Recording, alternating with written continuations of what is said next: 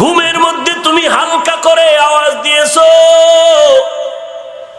মা সজাগ হইয়া তোমাকে আঞ্জা করে ধরেছে।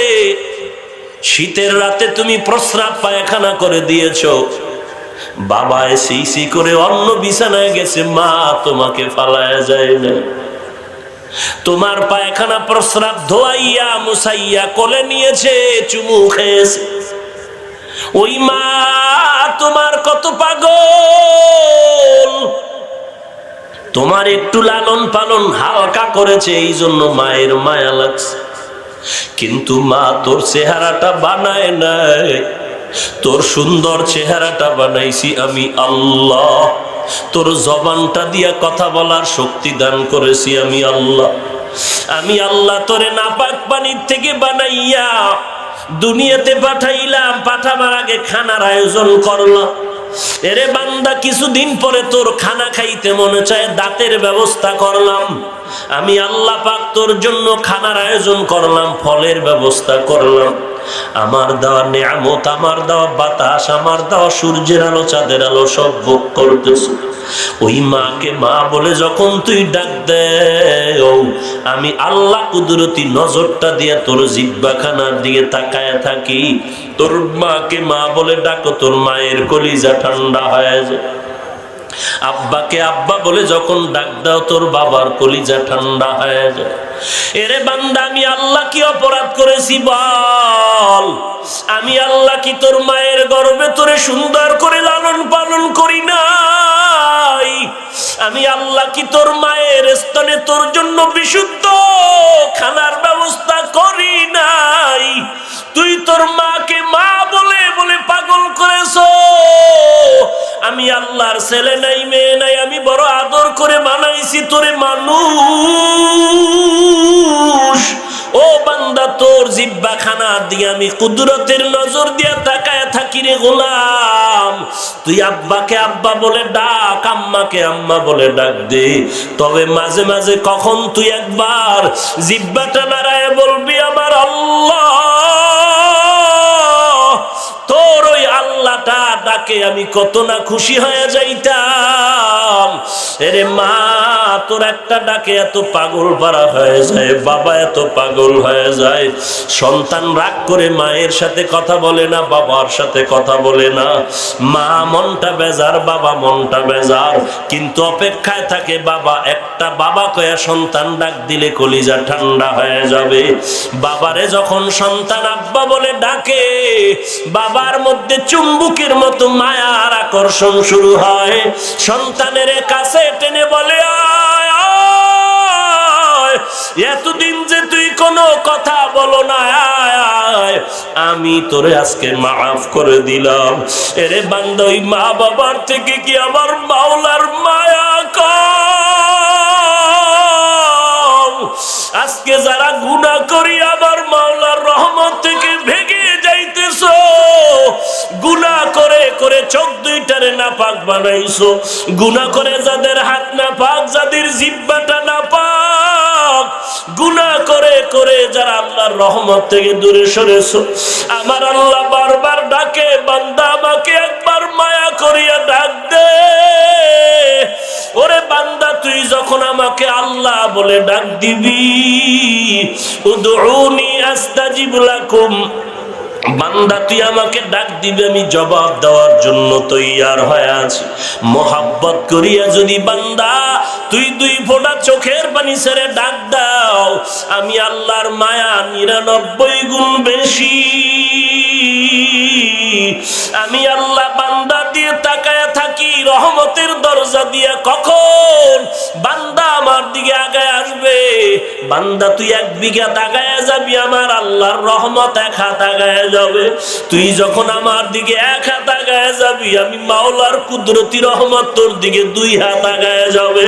বান্দা তুই যখন তাওবার দরজা দিয়ে হাঁটতে থাকবি, আমি আল্লাহর রহমত তোর দিকে দ্রুত গতিতে দৌড়াইতে থাকবে, তোকে আগায় নেওয়ার জন্য রে গোলাম। এরে যুবক, পাও দুইটা আগায় দে, পায়ে হাত রেখে বলি, দাড়িটা কেটে নবীরে কাঁদাইও না রে যুবক।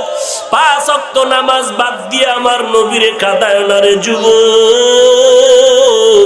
আল্লাহর দরবারে তওবা করো, আমার মাওলা তো তোমার দিকে তাকায় আছেন। আফা হাসিবতুম আন্নামা খালাকনাকুম আবাসা, আরে আল্লাহ তো তোমাকে অনর্থক বানায় নাই। আরে বান্দা তুই কোন দিকে তাকাইতেছো? তুই কারে তালাশ করো? আল্লাহ তো তোকে তালাশ করতেছে রে গোলাম। ফাইনামা তুওয়াল্লু ফাসাম্মা ওয়াজহুল্লাহ। এরে বান্দা আল্লাহর কুদরতের দিয়ে তাকায়া তওবা করো। জীবনে যত অপরাধ করেছো ক্ষমা চাও। এই করোনা এই মহামারীর মধ্যে আল্লাহর কাছে তওবা করো। আল্লাহ জীবনে আর গুনাহ করব না, নামাজ ছাড়বো না, দাড়ি কাটবো না, বেপরদায় চলবো না। এই রবিউল আউয়ালে নবীজির সুন্নতের মালাটা গলায় লাগায় দিব। নবীজির সুন্নতের বিরোধিতা করব না। তওবা করার যদি নিয়ত হয়, আল্লাহর মুহাব্বত অন্তরে জমায়া আল্লাহর কাছে নিজেকে বিলীন করে দিয়া আল্লাহর কাছে খাঁটি অন্তরে তওবার নিয়ত করো। আর বলো, ও দয়ার মালিক, আমার মতো গুনাহগার কেউ নাই, আমি আপনার দরজায় ফিরে আসি, আর যেতে চাই না রে আল্লাহ। গুনাহের কারণে আপনি ফিরাইয়া দিয়েন না রে আল্লাহ। মেহেরবানি করে আমাদেরকে মাফ করে দেন, খাঁটি তওবাওয়ালা জিন্দেগি দান করেন। এত পাওয়ার সেই ফেরাউন আজ জমিনের নিচে নাকি উপরে? কোথায়? কথা কয় না। কোটি টাকার মালিক দেখো, অভাব হয় না দূর, গরিবে ঘুমায় আরাম করে মনটা বাহাদুর। ফিরআউনের লাশটা দেখো মিশর জাদু ঘরে, খায় না মাটি পোকা মাছি সবাই ঘৃণা করে। হৃদয়ে থাকিবে যার নম্রতা সদা, রহমত আসিবে সেটা প্রভুর ওয়াদা।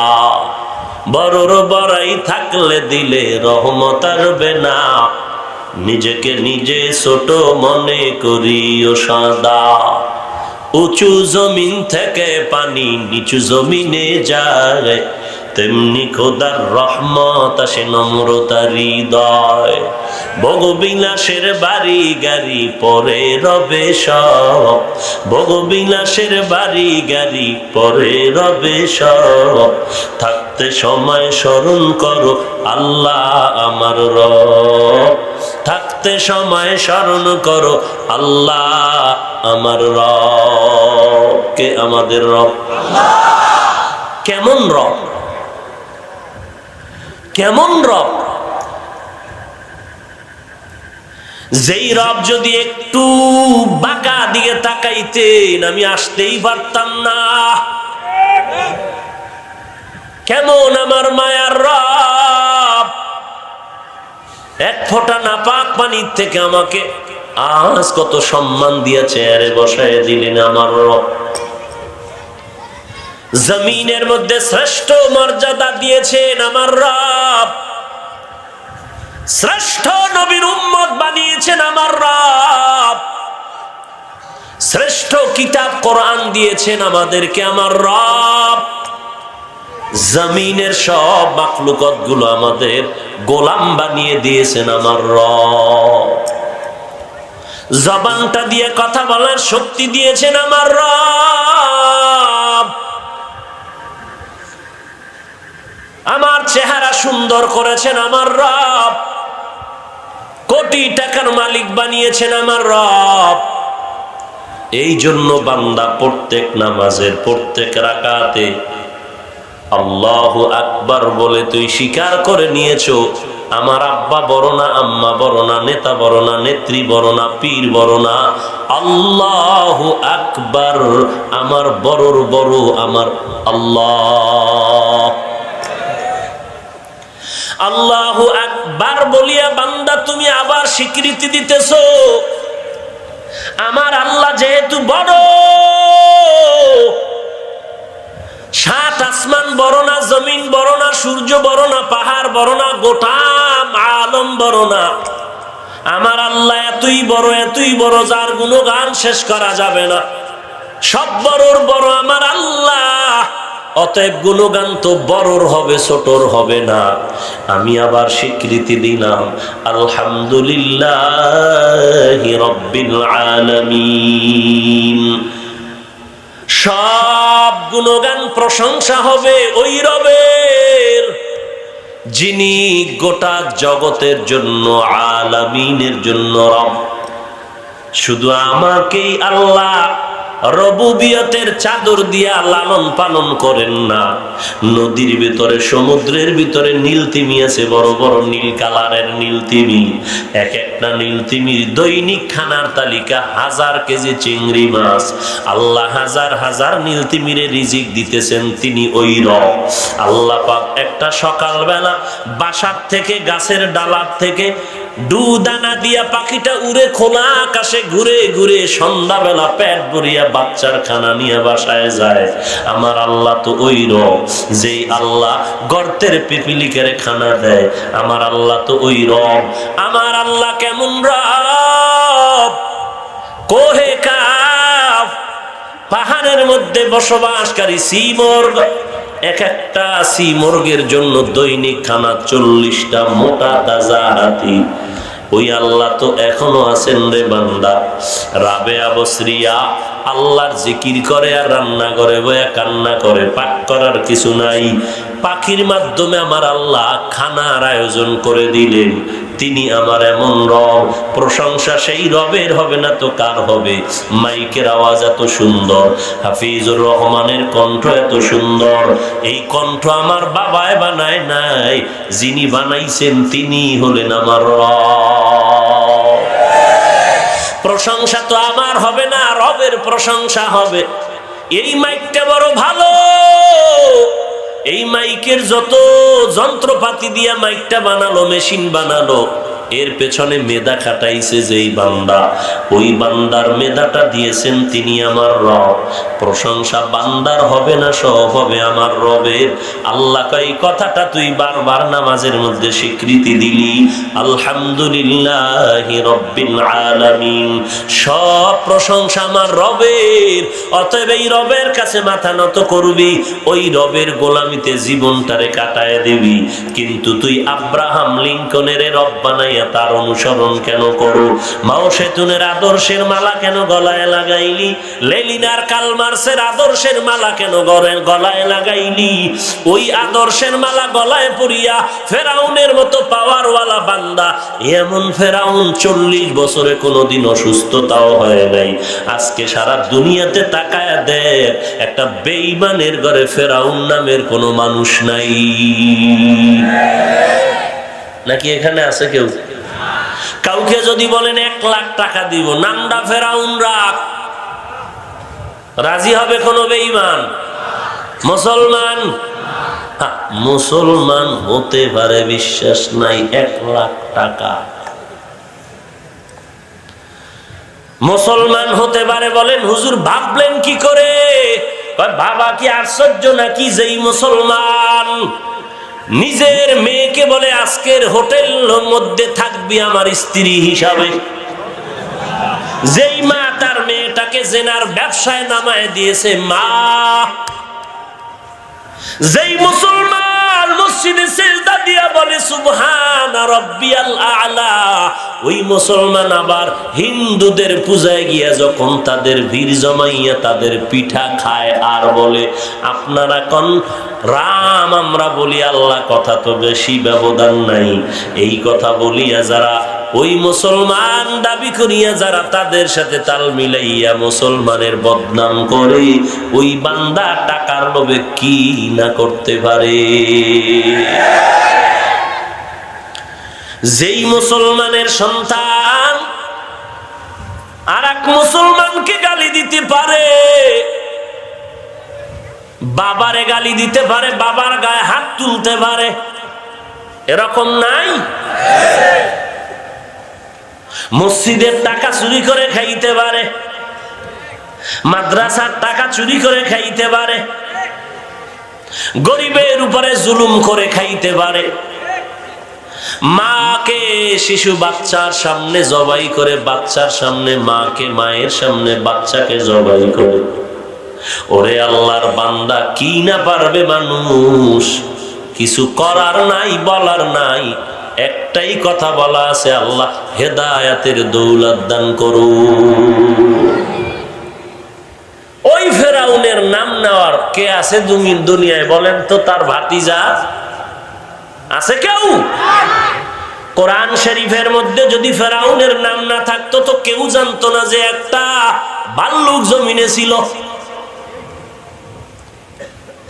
নমরুদের মতো বেঈমান, কত বড় পাওয়ারওয়ালা যে আল্লাহরই রাখবে না, মারার জন্য রেডি। কি পরিমাণ পাওয়ার বুঝেন? আল্লাহকেই রাখবে না, তীর ধনুক নিয়ে রেডি হয়ে গেছে, আল্লাহকে গুলি করবে। কেমন তার সেরা! আল্লাহ পাক এত বড় বেঈমানের ধ্বংস করার জন্য কি পরিমাণ বাহিনী পাঠাইছেন আসমান থেকে জানেননি? ওই নমরুদের পতন ঘটানোর জন্য কোন র‍্যাব লাগছেনি। কি লেগেছে?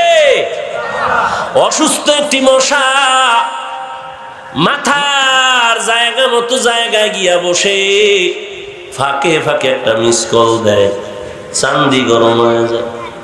নমরুদের মাথা গরম ঠান্ডা করার কোনো মেডিসিন নাই। ভাগ্যের চাকা ঘুরে গেল, জুতা মোবারকের সাথে মোলাকাত, মাথার সাথে জুতার মোলাকাত হওয়া মাত্র ঠাস করে মাথা ঠান্ডা হয়ে গেল। দুনিয়ার কবিরাজের গুল্লি মারি কত মেডিসিন আর হালুয়া খাইলাম, এই মিসকল বন্ধ হলো না। পায়ের জুতায় কি মেডিসিন লাগানো আছে যে মাথায় লাগলেই মাথা ঠান্ডা? এবার কর্মচারীরে কয় বেতন বাড়ায় দেব, জোরে জোরে বাড়ি মারবি, যত জোরে বাড়ি দিবি বেতন বাড়ায় দিব। কিছুদিন পর কর্মচারী কয় আমার খানা ঘুম আছে, গোসল আছে, আমি একা এই কাম কেমনে করব? কয় আর একজন কর্মচারী রাখো বেতন দিয়া। জোতার বাড়ি বন্ধ করা যাবে না, একজন বন্ধ করলে আর একজন দিতে থাকো। এটা তো বাবা সান কপাল না থাকলে হয় না। এই নমরুদের মতো বেঈমানের নাম আজ দুনিয়াতে নেওয়ার কেউ নাই। বেঈমানের ঘরে নমরুদ নামের কেউ নাই, সাদ্দাদ নামের কেউ নাই। ফেরাউনের লাশ এখনো মিশরে পড়ে আছে, ওর নাম নেওয়ার কেউ নাই। অথচ তাকাইয়া দেখো বাঙালি মুসলমান সমস্ত আম্বিয়া কেরামের নাম মানুষের মুখে মুখে মোহাব্বতের সাথে, সাহাবায়ে কেরামের নাম, আউলিয়ায়ে কেরামদের নাম। ঘরের মধ্যে আম্মা জানের বাচ্চা হয়েছে, বাবায় পাগল টেলিফোন করে, হুজুর একটা নবীর নামের সাথে মিলাইয়া দেন, আমার সন্তানের নাম রাখবো। সাহাবার নামের সাথে মিলাইয়া দেন, নাম রাখবো। খাজা মঈনুদ্দিনের নামে নাম রাখবো, বড় পীরের নামে নাম রাখবো, শাহপরান শাহজালালের নামে নাম রাখবো। শুধু তাই না, সাহাবীর নামে মাদ্রাসা, সাহাবীর নামের বরকতে মসজিদ, সাহাবায়ে কেরামের নাম, আল্লাহওয়ালাদের নামে কত দোয়ার মাহফিল। হাটহাজারীর হুজুর চলে গেলেন, তার দোয়ার মাহফিল। এরে নবীর উম্মতের দল, এই সব আল্লাহওয়ালাদের নাম মানুষ মুখে মুখে নেয় কেন? ভারতে যাও, খাজা মঈনুদ্দিনের নাম প্রত্যেক হিন্দু মোহব্বতের সাথে স্মরণ করে। বলেন এই নাম নেওয়ার পেছনে কারণ কি? তারা ধনী ছিলেন। খাজা মঈনুদ্দিন আউলিয়ায়ে কেরামেরা ধনী বলে না, টাকা নাই, বাড়ি নাই, গাড়ি নাই, পয়সা নাই, এত কষ্ট করে জীবন চালাইতেন, কিন্তু এত সম্মান কেন? মৃত্যুর পরেও আজ তারা অমর হয়ে মানুষের হৃদয়ে জায়গা করে নিয়ে আসেন। এর একমাত্র কারণ হলো আল্লাহর গোলামি আর মদিনার নবীর আদর্শের গুণাগুণ। ওই নবীর আদর্শের কারণে আজ আমি এই সম্মানের জায়গায় বসে গেলাম।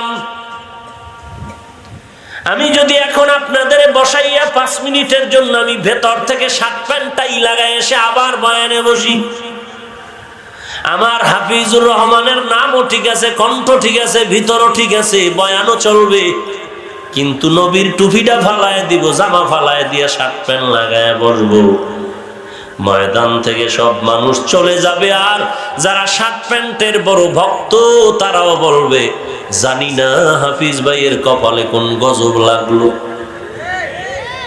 শুধু পোশাকটা খুললে। এবার বুঝ, ও বেহায়া, একটু বুঝা অন্তরের যে পোশাকের দাম কি, একটু বুঝা। বুঝলে আর কবি না শার্ট প্যান্ট জায়েজ নাই, দাঁত ভেটকাইয়া আর বলবি না,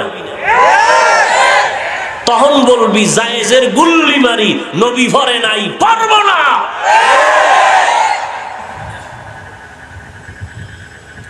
ফতোয়া ভিন্ন, তাকওয়া ভিন্ন।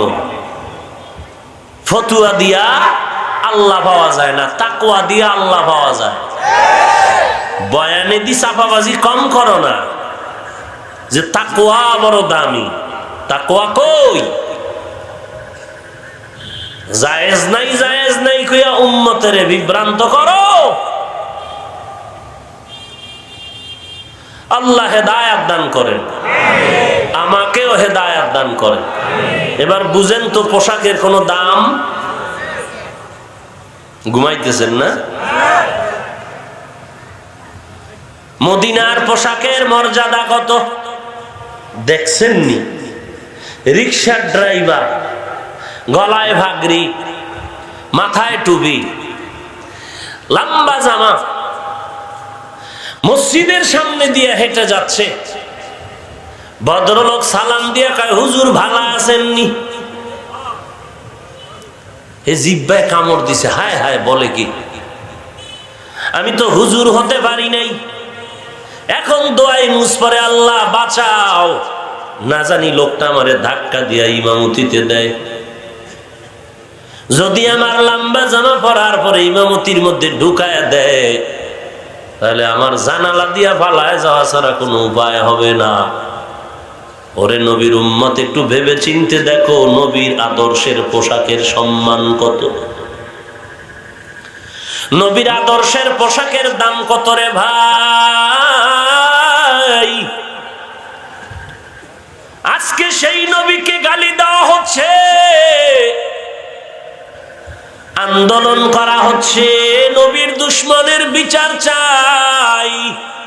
ধন্যবাদ, কিন্তু আমার প্রশ্ন তোমার কাছে থেকেই গেল, তুমি যে ইঙ্গিতে আর ইশারায় নবীর সুন্নতের জবাই করো, তোমার বিচার করবে কে?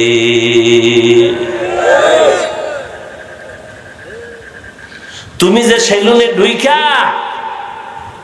ইচ্ছা রকম মেডিসিন লাগাইতেছো, বঙ্গোপসাগরের ফেনা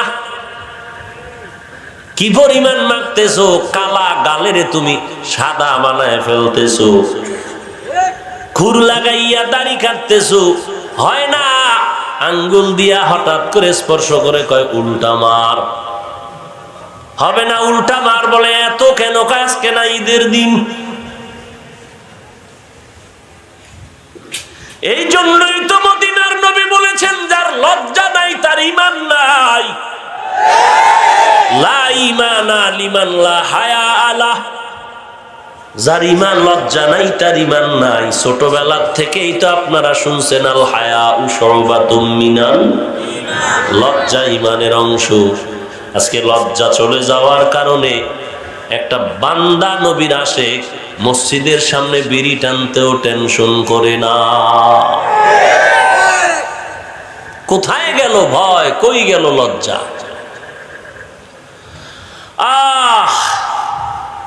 হোটেলে বসবেন, বিড়ি টানতেছে, ধোঁয়া ছাড়তেছে, বাধা দিলে গালি দেয়, বড় কঠিন। গাড়িতে উঠবেন, কোথাও যাবেন, বিড়ির টান, ধোঁয়ার কারণে বসা যায় না, কিছু বললে গালি আসে। ওরা গালি দিতে পারবে, আমি টুপি মাথায় দিয়ে তো গালি দিতে পারবো না, কারণ মদিনার নবীর আদর্শে গালি হারাম। এরে নবীর আশিক উম্মতের দল, এবার আমাকে একটু রেজাল্টটা দেন। ফেরাউনের পাওয়ার ছিল, নমরুদের পাওয়ার, কিন্তু তাদের নাম নিশানা নেওয়ার কেউ নাই, তাদের কেউ খবর নেয় না। সবাই ঘৃণা করে। অথচ আল্লাহওয়ালা আম্বিয়ায়ে কেরাম, সাহাবায়ে কেরাম, আউলিয়ায়ে কেরামের নাম কত শ্রদ্ধার সাথে নেয়। ও নবীর আশিক, ওই ফেরাউনের লাইনে যদি তুমিও চলো, পরিণাম ফলটাও তোমার তাদের মতোই হবে। আর সাহাবায়ে কেরামদের লাইনে যদি চলো, তুমি ইন্তেকালের পর, কবরে যাওয়ার পরও তোমার নামে মসজিদের ইমাম বারবার দোয়া চাইবে। ছেলেটা গরিব কিন্তু নবীর আশিক, দোয়া করবে। এত বয়ান, এত বয়ান, এত বয়ান, কই বয়ান তো কম শুনলেন না, আমল কোথায়? আজান হচ্ছে, মসজিদে মানুষ নাই।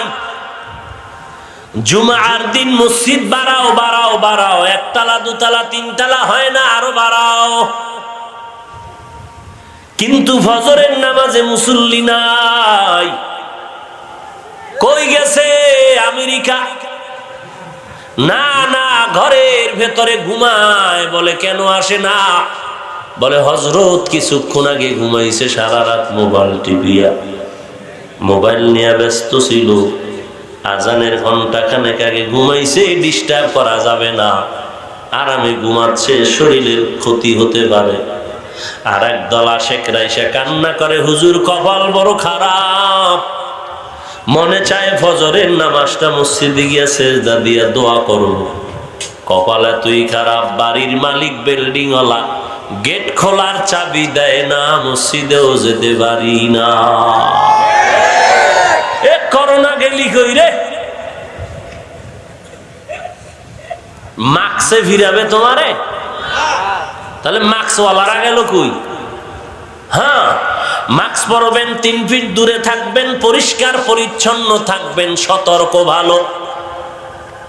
কিন্তু এই বিশ্বাস রাখা যাবে না যে মাস্ক পরলেই বেঁচে যাব, কারণ বাঁচানের মালিক আল্লাহ, মৃত্যু দেওয়ার মালিক আল্লাহ। পরিষ্কার পরিচ্ছন্ন থাকবেন, এটা সরকারের কথা কেন? ১৫০০ বছর আগে তো আমার নবী বলে গেছেন, আত্তুহুরু। মানুষে মানে না কেন? কয় না মানলেও তো সুন্নি দাবি করা যায়। এখন মানে কেন? কয় সরকারের ভিডার ডরে। আগে মানতো, আগে মানুষ বয়ান শুনে মানে না কেন? বলে ভিডা নাই, যাও আছে তো বাকি কবরে যাওয়ার পর। সরকারেরটা মানে কেন? পুলিশ দেখলেই মাস্ক বানায়, না থাকলে গামছা বেচায়, ফিডার ডরে। এর নবীর আশিক উম্মতের দল, এখনো কি সোজা হবি না রে যুবক? একটু তাকায় দেখ, কয়দিন আর যৌবনের বাহাদুরি করবা? কোথায় গেল দাদা যান, দাদি যান, নানা নানি কোথায় চলে গেল? আজ তোমার আমার যৌবন, তোমার আব্বা বুড়া হয়ে গেছে, দাদা বুড়া হয়ে গেছে, তাকায় দেখো তারাও তো এক সময় যৌবনের বাহাদুরি করতো, আজকে লাঠি ছাড়া চলতে পারে না। এরে যুবক, আল্লাহর গোলাম, তোমার আমার মতো কত যুবক দাড়িওয়ালা নামাজি স্কুল কলেজে পড়ে, অভাব নাই। র্যাব, আর্মি, পুলিশ, বিডিআর এর চাকরি করে, অভাব নাই। তুমি আমি কেন পারবো না? একমাত্র কারণ কবরের আযাবের ভয় নাই, মরণের চিন্তা নাই। মনে করিও না মহামারী বিদায় নিয়েছে, না না, গুনাহ থেকে তওবা করবা না, বিপদ মাথার থেকে দূর হবে না। আল্লাহর কাছে তওবা করো, হে মালিক, আমার মতো গুনাহগার জমিনে কেউ নাই। আমার এই হাত দুইটা কতই না পবিত্র ছিল, কিন্তু গুনাহের কারণে আজ আমি তাকায় দেখি আমার হাত দুইটা নাপাক হয়ে গেছে, আমার চোখ দুইটা নাপাক, আমার জবানটা নাপাক, আমার অন্তর নাপাক। মনে হয় যেন আমার গুনার কারণে আমার মা কষ্ট পায়, আমার বাবা কষ্ট পায়, আমার সন্তানেরা কষ্ট পায়। ও এলাকার মুসলমান মা বোনেরা, বৃদ্ধ বাবাজি, যুবক, ঘরের মধ্যে তোমার শিশু যে সন্তান আছে, বলো কো গুনাহ করছেনি?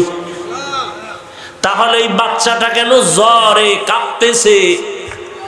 ও ভাই, মনটারে বুঝাইয়া তওবা করো, আমার গুনার কারণে আমার সন্তানে কষ্ট পায়। সন্তান অপরাধ করছে, পুলিশ এসে বাবার হাতে হ্যান্ডকাপ লাগায় জেলখানায় নেয়। ও পুলিশ ভাই, আমি তো অন্যায় করি নাই, করছে আমার ছেলে, আমারে কেন জেলখানায় নাও? পুলিশ একটা মন্ত্র কানে কানে শুনায়, কয় কান ধরে টান দিলে মাথা চলে আসবে। তোমার সন্তান দুনিয়াতে যদি এমন হয়, আল্লাহর বিচারটা এমন হবে না কেন? যে অপরাধ করেছে সন্তান, বিচারের কাঠগড়ায় তোমাকে দাঁড়াইয়া হিসাব দিতে হবে। কেন সন্তান অপরাধ করলো, ফিরাইলা না কেন? দুনিয়াটা কিছুই না রে মুমিন। এই মহামারীতে কত তাজা প্রাণ হারিয়ে গেল। কপাল এতই যে খারাপ, জানাজায় হাজির হওয়ার সুযোগ ছিল না আক্রান্ত হওয়ার ভয়ে। মা অসুস্থ, সন্তান কাছে যায় না আক্রান্ত হওয়ার ভয়ে। ও ভাই, এখনো কত ভদ্রলোক আপনজন আছে, বড় দামি মানুষ, মসজিদে আসে না। গুলশানে জুমায় যাই, মসজিদে অনেক দামি দামি মানুষ দেখি না, গেল কই? কয় চার দেওয়ালের ভিতরে এয়ার কন্ডিশনে আছে। কি ব্যাপার? কয় মসজিদে আইলেই বিপদ। মসজিদ কি বিপদের লাগি? না না, বান্দা মসজিদে যাও, ইবাদত করো, সিজদা করো, কান্না করো, বিপদ দূর হয়ে যাবে। আল্লাহর নবীর মোহাব্বত অন্তরে ঢুকাও, কারণ আমার নবী গজব না, গোটা জগতের জন্য হলেন রহমত।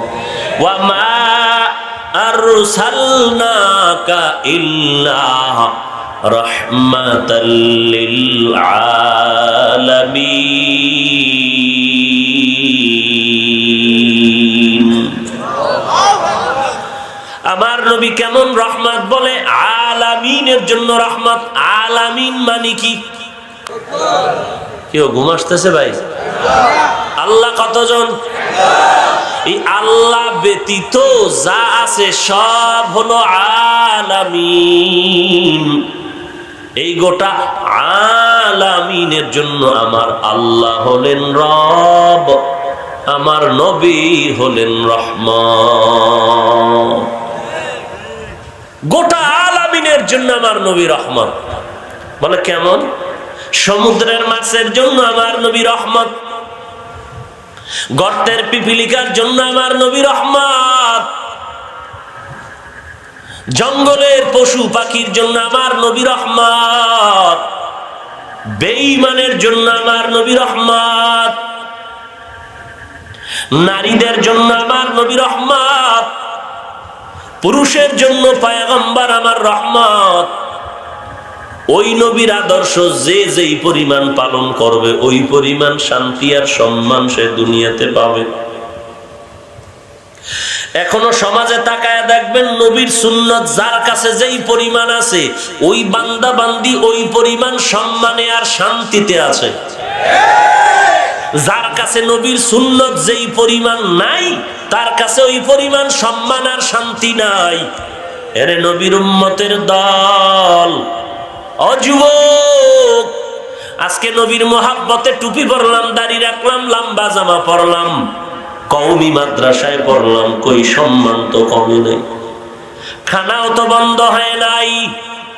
তুমিও বাজারে যাও, আমিও যাই, তুমিও ঘুরো, আমিও ঘুরি, তুমিও বিয়ে করেছো, আমিও করেছি, তোমাদের সন্তান আছে, আমাদেরও আছে, তুমিও চাকরি করো, আমরাও করি, তুমিও ব্যবসা করো, আমরাও করি। ও তুমি বলবা হুজুর তুমগো বেতন 5,000, আমগো বেতন ডান হাতে 30, বাম হাতে 50। আমি বুঝাইতে পারবো না, আল্লাহর জাতের কসম করে বলবো আমাদের হালাল 5,000-এর মূল্য তোমাদের কোটি টাকার থেকে বেশি। আর একটু তুমি ধাক্কা দিবা, ও তোমগো চাকরি কি? মসজিদের ইমামতি আর মুয়াজ্জিন ছাড়া কি করবা? ওরে ভাই তুমি বলবা কেন? যারা কওমি মাদ্রাসাকে একটু ধাক্কা দিতে চায় তারাও বলে কওমিতে পড়ে কি লাভ হবে, মসজিদের ইমামতি আর মুয়াজ্জিনি ছাড়া কি করবি? কি করতে কও কি তাই বল। মসজিদের ইমামতি আর মুয়াজ্জিনি বাদ দিয়া কি করা লাগবে বল। যারা বলো মসজিদের ইমামতি আর মুয়াজ্জিনি ছাড়া কি করবি, কি করতে হবে বলো। তাহলে গরুয়ে নামাজ পড়াবে, ছাগলে আজান দিবে, আর আমরা কোরআন হাদিস পড়নেওয়ালারা রাস্তায় আমরা ব্যবসা করব। মসজিদে আলেম ওলামা ইমামতি কেন করবে? মসজিদের আলেম ওলামা কেন মুয়াজ্জিনি করবে? গরুয়ে নামাজ পড়াবে, ছাগলে আজান দিবে। এমন থাপ্পড় দরকার এই বেয়াদবকে, মুনাফিককে। কোন বেঈমান এই কথা বলে না, নামদারি মুনাফিক মুসলমান এই কথা বলে। যারা কওমিকে একটু বাঁকা নজরে দেখে, তো ওখানে পড়লে চাকরি নেই, তোর চাকরির দরকার কি? আমার লাগে না, তোরা তো জলে কেন? মুয়াজ্জিনের ইমামতির ফজিলত বুখারী শরীফ পড়ো নাই, তো আহলে হাদিস দাবি করো কেন? আবার বুখারী শরীফ পড়ো নাই? মুয়াজ্জিনের কি ফজিলত, ইমাম সাহেবের কি ফজিলত? যদি পড়তি তো বলতি না ইমামতি আর মুয়াজ্জিনি ছাড়া করবে কি? তো আলেম মাদ্রাসায় পড়ে ইমামতি মুয়াজ্জিনি করবে না, গরুয়ে করবে।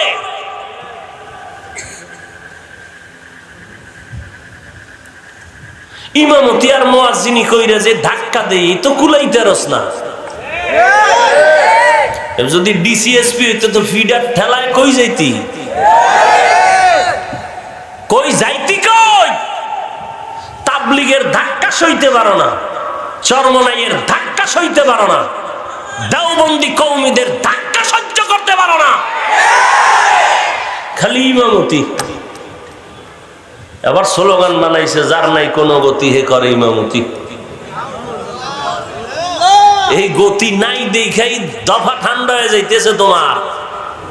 আমি 5 বেলা খাই, 5,000 বেতন, দিব্যি আরামে, কোনো টেনশন নাই, তোমার ঘুম নাই, আমার চিন্তায়। কারো জ্যৈষ্ঠ মাস, কারো সর্বনাশ। হায় হায় হায়, কেমন গবেষক আমার ইমামতি লেয়ার জ্বলতেছে, কি পরিমাণ গবেষণা করে।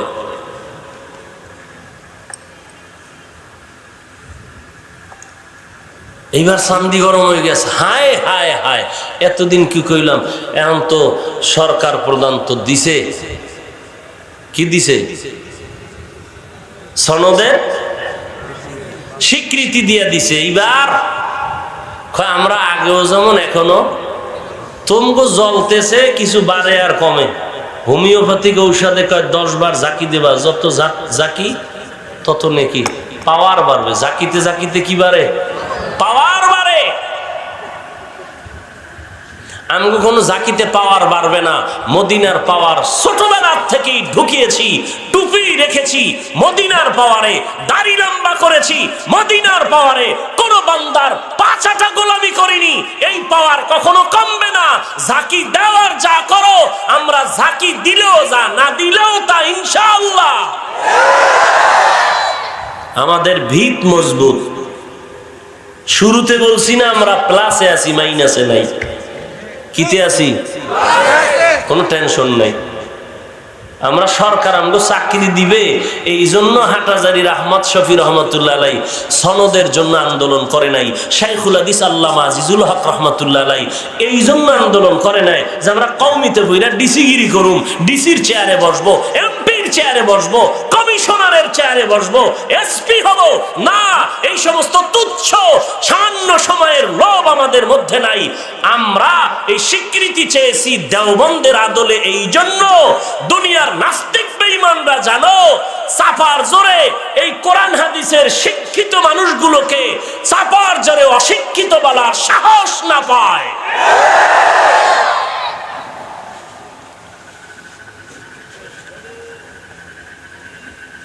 সৃষ্টির শ্রেষ্ঠ সর্বোচ্চ সম্মানের স্থান কি? এই জায়গায় যদি ইমামতি করে, এটা যদি বাঁকা নজরে তুমি দেখো আর কও যে ইমামতি ছাড়া আর কি করবা, আল্লাহ তোর বিচার করুক, আমি আর আত্মুল্লাহ কিছু কইলাম না। নির্লজ্জ মুনাফিক।